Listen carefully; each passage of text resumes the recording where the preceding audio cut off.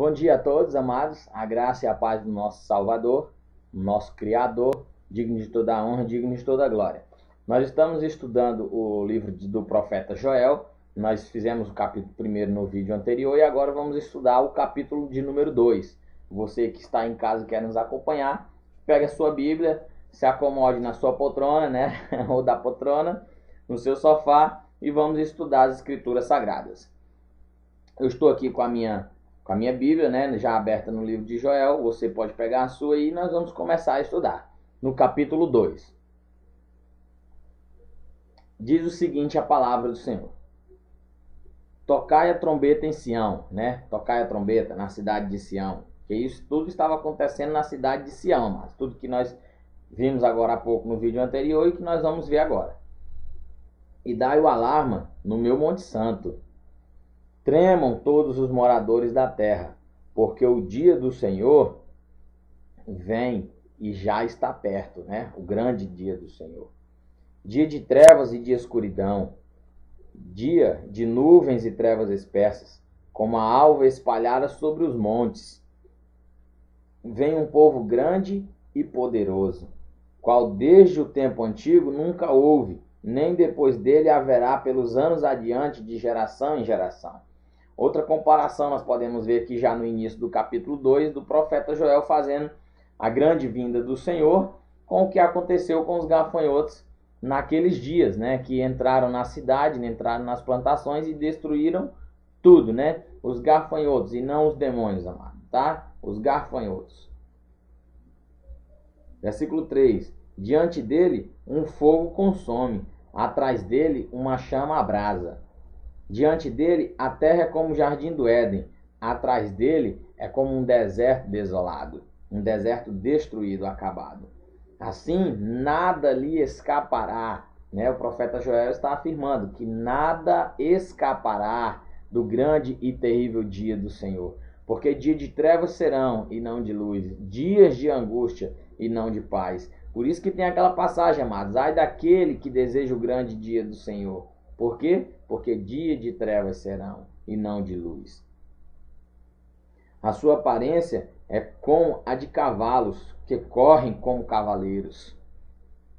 Como o estrondo de carros, sobre os cumes dos montes vão eles saltando. Novamente uma comparação com os gafanhotos que vão saltando sobre os montes, né? Eles são muito velozes, os gafanhotos. Dificilmente você consegue matar uma praga de gafanhotos, amado. Eles são muito velozes. Eles passam aqui, destrói aqui, corta lá, domina as plantações e se deixar eles acabam com tudo. Vão eles saltando, como o ruído da chama de fogo que consome o restolho, como um povo poderoso posto em ordem de combate. Aqui é outra comparação que ele está fazendo. E os gafanhotos realmente está aí, quem trabalha com roça, quem já mexeu com roça sabe disso. Quando vem uma praga de gafanhotos, que eles veem aquela nuvem, aquela multidão de gafanhotos sobrevoando a plantação, eles fazem uns estralados nas suas asas, amados, que faz um barulho terrível. E o profeta Joel era conhecedor disso, está fazendo outra comparação com o que aconteceu e com a grande vinda do Senhor, o grande e terrível dia do Senhor. Diante dele temem os povos, todos os rostos empalidecem, né? O povo tem medo diante dele. Qual eram os lavradores, ou até hoje os plantadores que não têm medo de uma praga de gafanhoto? Todos têm medo, amado. Os seus rostos empalidecem, perdem a cor, ficam tristes os seus rostos. Como valentes correm, como homens de guerra, sobem os muros, vai cada um nos seus caminhos e não se desvia da sua fileira, né? Os gafanhotos. Não empurram uns aos outros, vai cada um pelo seu carreiro, né? Cada um pelo seu caminho. Arremetem, se lançam contra lanças e não se detêm, não param de maneira alguma, amados. Assaltam a cidade, correm pelos muros, sobem as casas, entram pelas janelas como o ladrão. Amados, não tem quem impeça. O profeta Joel está fazendo uma comparação e dizendo isso claramente aos nossos ouvidos. Não tem quem impeça. O grande e terrível dia do Senhor será como aconteceu naquela época lá em Sião. Os gafanhotos vieram e assolaram tudo, destruíram tudo, entraram como ladrões, chegaram de fininho e fizeram o arraso. acabaram com tudo, detonaram tudo, amados. Ele está fazendo essa grande comparação na grande vinda do nosso Salvador, do nosso Criador. Diante deles treme a terra, abalam-se os céus, enegrecem-se o sol e a lua e retiram as estrelas do seu resplendor, né? Diante deles. O Senhor troveja diante do seu exército, muito grande é o seu arraial e poderosos são os que executam a sua palavra. O dia do Senhor é grande e muito terrível. Quem o poderá suportar? Quem o poderá suportar, amados? Uma pergunta que o profeta Joel está fazendo. E desde aqui eu já lhe digo, né? Os poderosos e poderosos são os que executam a sua palavra. Os gafanhotos estavam executando o mandato do Senhor. Estavam executando a palavra do Senhor. Porque ele tinha mandado que eles fizessem aquilo para que aquele povo voltassem os seus corações para Deus, porque aquele povo não estava com o seu coração voltado para Deus. Mas na frente você vai poder observar isso. Ainda assim, agora mesmo diz o Senhor: voltai para mim de todo o vosso coração, com jejuns, com choro e com pranto. Faço uma pergunta para você, amados. Aquele povo estava com o seu coração voltado para o Senhor? Não estavam, amados. O Senhor fala aqui, no versículo 12. Ainda assim, agora mesmo diz o Senhor: voltai para mim de todo o vosso coração. Se o Senhor está chamando eles para voltar para Ele, amado, é porque eles não estavam voltados para o Senhor. Por isso que aconteceu tudo isso. Essa profecia é muito forte. Essa profecia, por isso que aconteceu. Tudo isso que o profeta Joel está falando, os gafanhotos desolaram tudo. E, amados, se os sacerdotes tivessem sido obedientes ao Senhor, essa profecia que está sendo profetizada aqui no livro de Joel não teria acontecido no livro de Malaquias. Não seria necessário aquela lapada toda em cima dos sacerdotes no livro de Malaquias. Mas na frente nós vamos estudar o livro de Malaquias e você vai ver a respeito do que eu estou falando. Você pode ler aí também na sua casa, examinar e tirar suas conclusões. Eu tenho certeza que o Salvador vai revelar para você. Aí ele vai mais além e diz o seguinte, no versículo 13: rasgai o vosso coração e não as vossas vestes. Voltai para o Senhor vosso Deus, porque Ele é misericordioso e compassivo, e tardio em irar-se, e grande em amor, e se arrepende do mal. Rasgai os vossos corações e não as vossas vestes, amados. O Senhor está falando. Porque naquela época o povo estava rasgando as suas vestes diante do Senhor, dentro do templo, dentro do santuário, rasgando literalmente as suas vestes. Mas o Senhor estava falando para eles, e aí eles rasgavam as vestes, vestiam um pano de saco e se cobriam de cinza. Mas o Senhor estava falando para eles: não, meu amigo, para aí. Rasgai os vossos corações e não as vossas vestes. É muito forte isso, amado. Voltai para o Senhor, porque Ele é misericordioso e compassivo. Ele é misericordioso, amado. Se volte para Ele, Ele é misericordioso. Quem sabe se não se voltará e se arrependerá, e deixará após si uma bênção. E deixará após si uma bênção, né? Depois de tudo isso ter acontecido, quem sabe se o Senhor não se arrepende, se você rasgar o seu coração e não a sua veste, se você se voltar para Ele, né? Se aquele povo se voltasse para Ele, quem sabe Ele não iria se arrepender e ia deixar uma bênção para aquele povo. Mas quando nós falamos de bênção, amados, hoje está muito paganizada a palavra bênção. Quando nós falamos de bênção, as pessoas dentro das denominações, dos locais chamados de igreja, eles já se sentem uma bênção, é dinheiro, é carro, é moto, é casa, é luxo, é chácara, é fazenda. Eles já pensam logo nisso, eles já pensam na luxúria, eles já pensam nos bens materiais. Mas quando o Senhor está falando que Ele vai deixar após si uma bênção, amado, Ele não está falando nada a respeito disso. Ele está falando a respeito de cereais, de alimentos, de comida, de vestes e de bebidas, que era o que o povo necessitava, que o povo necessita para sobreviver. Ele tem um compromisso com o básico para você sobreviver. Com tudo aquilo que é básico. Comida, bebidas e vestes. Você pode ver isso no livro de Mateus. Mateus capítulo 6. Você lê na sua casa e você vai ver que o Senhor tem um compromisso com você nessa área. Mas com essas bênçãos que estão falando por aí, várias campanhas, você não vai em uma igreja para você ouvir falar de outra coisa. Mas você vai lá, você só escuta falar da bênção. 7 passos para você alcançar a sua bênção. As 12 maneiras de você ser próspero, né? 30 vezes, 30 subidas ao monte, 40 subidas ao monte para você ser próspero, para você alcançar a sua bênção, para você receber a sua bênção. É a bênção, é a bênção e é a bênção. É o dinheiro, é a prosperidade, é a teologia da prosperidade que está sendo ministrada hoje. Amados, mas o Senhor não ministrou a teologia da prosperidade. E ele disse através do apóstolo Paulo: sede, pois, meus imitadores como eu sou de Cristo. E o próprio Salvador disse: sede, pois, meus imitadores como eu sou do Pai. E o nosso Salvador, amados, ele não andava correndo atrás de bênção. Ele andava ministrando o Evangelho, porque de graça ele recebeu e de graça ele estava dando. Porque ele deu a sua vida por mim e por você. Para que hoje você possa levar o Evangelho, praticar o chamado, o ministério. O ministério já foi firmado, irmão.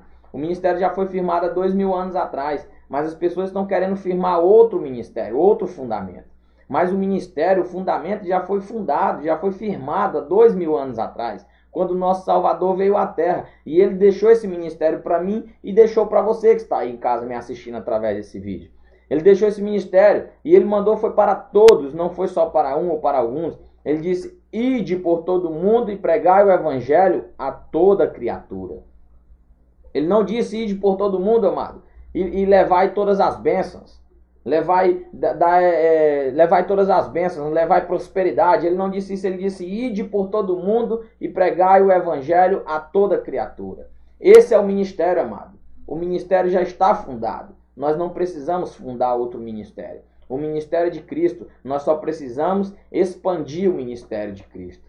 Ou lá no céu haverá, ou o Senhor é um noivo de várias noivas, de ter várias noivas, de ter várias esposas. Não. O Senhor, no grande e terrível dia do Senhor, ele vem buscar uma noiva, meu amado. Uma noiva, santa e imaculada, e não várias noivas, várias repartições da noiva. Então, amado, analise bem. Vou deixar uma pergunta para você. Se você não está imitando o Salvador nesse aspecto, a quem você está imitando? Se você não está imitando o Salvador, porque ele não fundava ministérios, a quem você está imitando? Se você não está indo por todo mundo e pregando o Evangelho a toda criatura, não está falando do amor de Deus, a qual o Salvador mandou e qual ele fez, a quem você está imitando? Se você não está imitando a ele, amados, pare e pense. A quem você está imitando? Versículo 15, amados. Versículo 14. Deixará após si uma bênção, em oferta de cereais e libação para o Senhor vosso Deus. Ele está dizendo. Deixará após si uma bênção em oferta de cereais, de alimentos, para o Senhor vosso Deus. Versículo 15. Tocai a trombeta em Sião, santificai um jejum, proclamai um dia de assembléia solene. Congregai o povo, ajuntai o povo. Eles não traduziram aqui para você não entender, mas a palavra é ajuntai. Ajuntai o povo, santificai a congregação, ajuntai os anciãos. Aqui eles já traduziram, O que diz respeito a eles, eles não traduzem, Eles só traduzem aquilo que é necessário para eles, mas o que não é, eles não traduzem para nos induzir ao erro, amados. Mas você pode estudar, pode buscar que você vai descobrir. Tem muitas palavras dentro da Bíblia que a gente não sabe o significado, porque eles maldosamente não traduziram, amados. Esses homens terríveis, que eles não traduziram a palavra para que você não conhecesse a verdade. Se você for parar um pouquinho para pensar e estudar na história, você vai ver que na revolta de Martinho Lutero, já dentro da Igreja Católica, ele brigou por um desses itens, que era a questão da tradução. Mas as lideranças da Igreja Católica, o Papa, os bispos e arcebispos, eles diziam: se é tão difícil para um sacerdote decifrar as Escrituras, quanto mais para um homem normal, se fazendo maior do que as outras pessoas, quando eles não são maiores, amados. Porque o próprio Salvador diz através do apóstolo Paulo, que nós conhecemos como Paulo, ele diz através do apóstolo Paulo o seguinte, que ele não faz acepção de pessoas. Em 2 Coríntios você pode ler que ele vai falar isso. Ele não faz acepção de pessoas.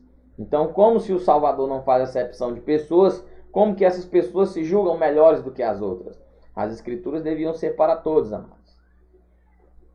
mas aconteceu aí um rebuliço e boa parte dela sumiu, né? E aí nós vamos fazendo aí essa arqueologia espiritual para tentarmos entender o que está escrito nas Escrituras, né? Aí a gente chama isso, por isso que hoje muitas vezes quando alguns pregadores vão ministrar, mas se eu estiver mentindo você não retenha para você, mas eu digo isso, aqueles pregadores que estão me assistindo sabem que para decidir um tema, para ele levar uma pregação dentro da igreja, na praça ou em qualquer lugar que ele for pregar, ele tem que pegar vários versículos em vários livros diferentes.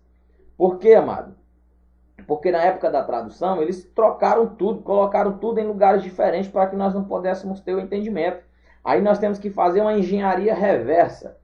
Porque a engenharia ela constrói, mas a engenharia reversa ela pega algo que está construído, que é a Bíblia, desmonta para poder reconstruir novamente. É a engenharia reversa.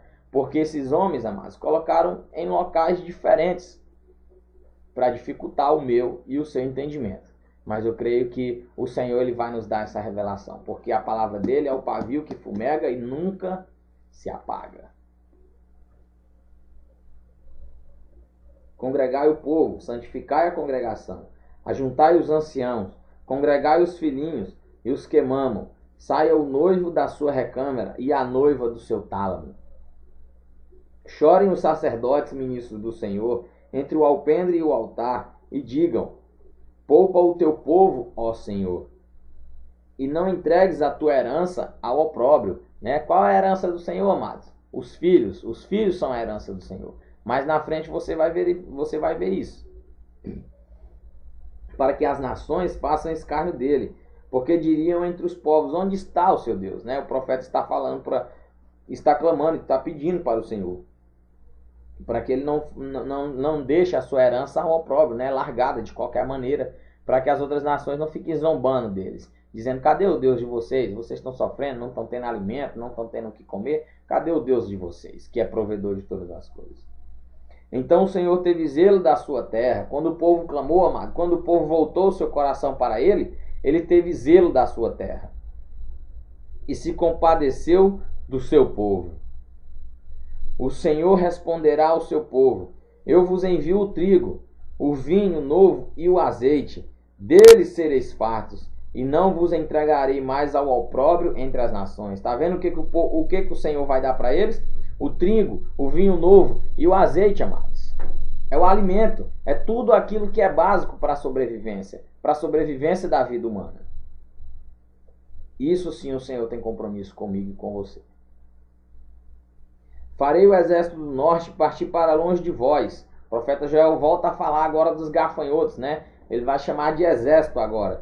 Farei o exército do norte partir para longe de vós, versículo 20, e lançá-los-ei em uma terra seca e deserta, a sua frente para o mar oriental e a sua retaguarda para o mar ocidental. E subirá o seu mau cheiro e subirá o seu fedor, porque fez grandes coisas, né? Aqui o Senhor já estava dizimando aquele exército de gafanhotos, né? Matando aquele exército de gafanhotos, que a palavra dizimar significa matar, amados. Então o Senhor estava dizimando aquele grande exército de gafanhotos. Por isso ele estava falando que subirá o seu fedor, né? O seu mau cheiro, porque eles fizeram grandes coisas, coisas terríveis. Versículo 21. Não temas, ó terra, regozija-te e alegra-te, porque o Senhor fez grandes coisas. Não temais, animais do campo, porque os pastos do deserto reverdecem.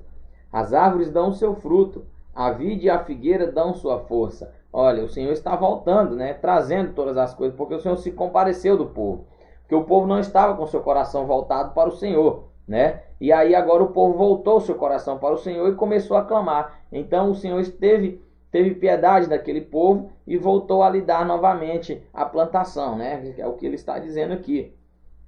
Alegrai-vos, ó filhos de Sião, e regozijai-vos no Senhor vosso Deus, viu? Alegrai-vos no Senhor e não em outras coisas. Porque ele vos deu em justa medida a chuva, amado. A palavra bênção tem o significado de chuva. Ele vos deu em justa medida a bênção, a chuva, né? Como outrora eu falei. Não é a bênção material, não é essas coisas aí do mundo. Porque ele não tem apego às coisas materiais, às coisas do mundo. Muito pelo contrário, amado. Ele pegou essas coisas que os homens hoje têm apego aqui na terra, ouro e prata, e colocou lá na Nova Jerusalém para você pisar por cima disso. Mostrando para você que isso não tem valor algum para ele, porque isso vai ficar debaixo dos seus pés. Você está entendendo, amado? É por isso que ele falou para Pedro, lá no livro de Mateus, no livro de Marcos e no livro de Lucas, você vê isso. O que o Senhor falou para Pedro? Jesus. O que ele falou para o Pedro? Para trás de mim, Satanás. Porque não pensa nas coisas espirituais, mas pensa nas coisas materiais dessa terra. E o meu reino não é dessa terra. O meu reino é um reino celestial. O meu reino é um reino de outro lugar, não desse lugar. Foi isso que ele falou para Pedro, amado. E se você está tendo muito apego a essas coisas materiais, amados, eu quero lhe dizer, lhe perguntar novamente, quem você está imitando? Se o Salvador não tinha apego a todas essas coisas, a quem você está imitando? Será que hoje o Salvador iria fazer essa pergunta para muitos de nós? Iria falar isso para muitos de nós? Para trás de mim, Satanás, que não pensa nas coisas espirituais, mas pensa nas coisas materiais. Porque o amor ao dinheiro é a raiz de todos os males. Ele já fala no livro de Mateus, não podeis servir a dois senhores. Não podeis servir a Deus e ao dinheiro. Não podeis servir a Deus e às riquezas. Não podeis servir a Deus e a Mamon. E como esses homens dizem que esses demônios, devoradores, migrador, cortador, só são repreendidos com outro Deus, com um falso Deus, com um pseudo-Deus, com o dinheiro, e que a Escritura chama de um falso Deus, de Mamon. Será que o nosso Salvador, o nosso Criador, não tem poder de repreender esses demônios? Se é que eles fossem demônios, amados, que eles não são. A Escritura está nos falando que eles não são, que eles são classes diferentes de gafanhoto, mas eles colocam sobre vocês, sobre nós, fardos pesadíssimos, colocando medo sobre as nossas famílias, dizendo que o destruidor vai destruir tudo, o devorador que você trabalha e está colocando num saco furado. Amados, a Escritura está falando. Eles não são demônios, eles são classes de gafanhotos. Mas eles fazem isso, amado, porque interessam a eles. Interessam a eles, o dinheiro, o mamon, um falso Deus, um Deus que não é verdadeiro. Mas o nosso Deus é um Deus verdadeiro, o nosso Criador, o nosso Salvador. E ele não faria isso, porque ele não tem apego às coisas materiais. Então ele continua dizendo: as eiras se encherão de trigo, e os lagares transbordarão de vinho novo. Os lagares são os lugares de guardar vinho, amado. De vinho novo e de azeite. Aí o Senhor fala mais uma palavra muito forte. Restituir-vos-ei os anos consumidos pelo gafanhoto migrador, pelo gafanhoto devorador, pelo gafanhoto cortador. Aí ele dá um nome a esse grupo de gafanhoto, amado. Ele diz: o meu grande exército que enviei contra vós. Amado, se o Senhor, se o nosso Salvador, ele chama de o meu grande exército que enviei contra vós, quem é o homem, amado, para dizer que isso é um demônio, se o próprio Salvador está chamando de o meu grande exército, o cortador, o devorador, o destruidor e o migrador, e eles estão dizendo que é um demônio, colocando medo sobre você, deixando a sua família aterrorizada após você aceitar o Salvador? Não, amado. O Senhor verdadeiramente te libertou, no livro de Gálatas. Se o Senhor verdadeiramente te libertou, verdadeiramente você é livre, amado. Você é livre. Você é livre para pregoar as boas novas, para levar o Evangelho, para espalhar esse ministério que o Senhor já deixou fundado. O ministério de ir por todo mundo e pregar o Evangelho. Porque o ministério é do ide, amado, não é do vinde. O ministério não é do vinde, como está acontecendo na terra hoje. Que monta-se um lugar e as pessoas vêm, mas o ministério é do ide. Ide por todo mundo e pregai o Evangelho a toda criatura. E aí o Senhor chama eles de meu exército. Meu exército. Propriedade do Senhor. E aí os homens maldosamente, enganosamente, porque interessa a eles, amados, interessa muito a eles. Colocam eles como demônios para assustar você, para que você dê todo o seu dinheiro para eles. Infelizmente, amados, mas é isso que está acontecendo. Estão adulterando a palavra do Senhor. Mas o Senhor já sabia disso, amados. O nosso Criador, ele já sabia disso.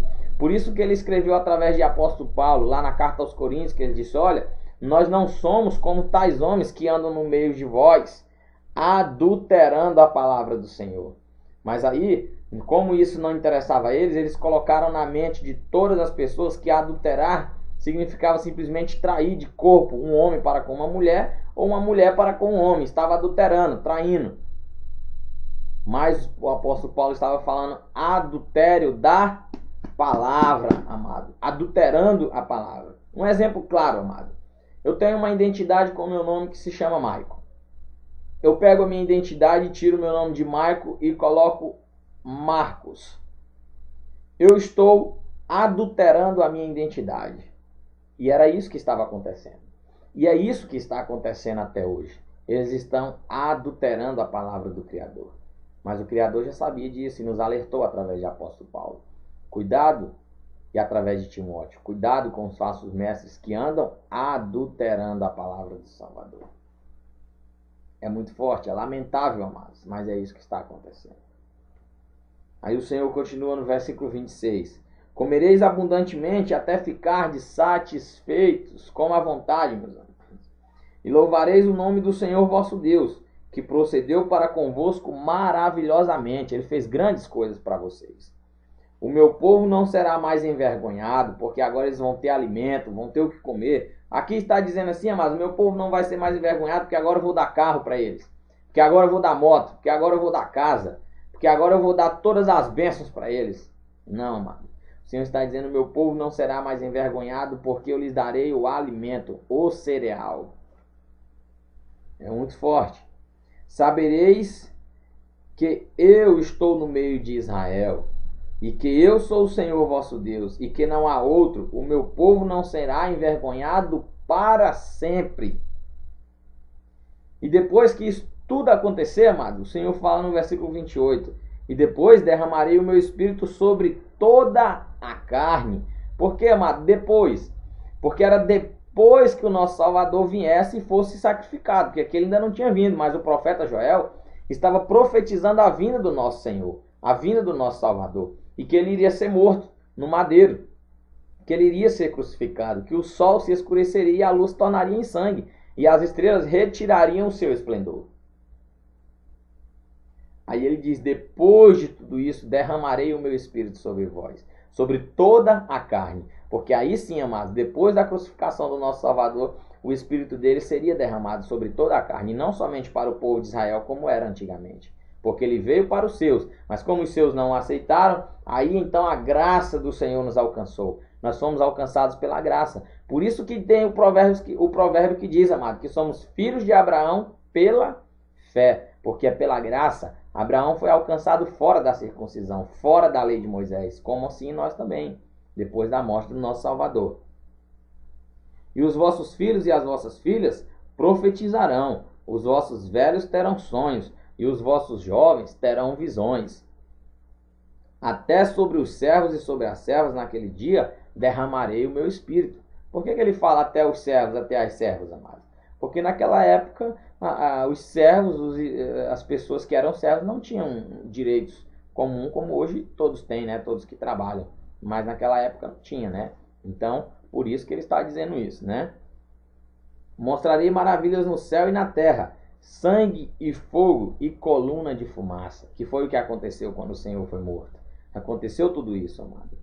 O sol se converterá em trevas e a lua em sangue, antes que venha o grande e terrível dia do Senhor.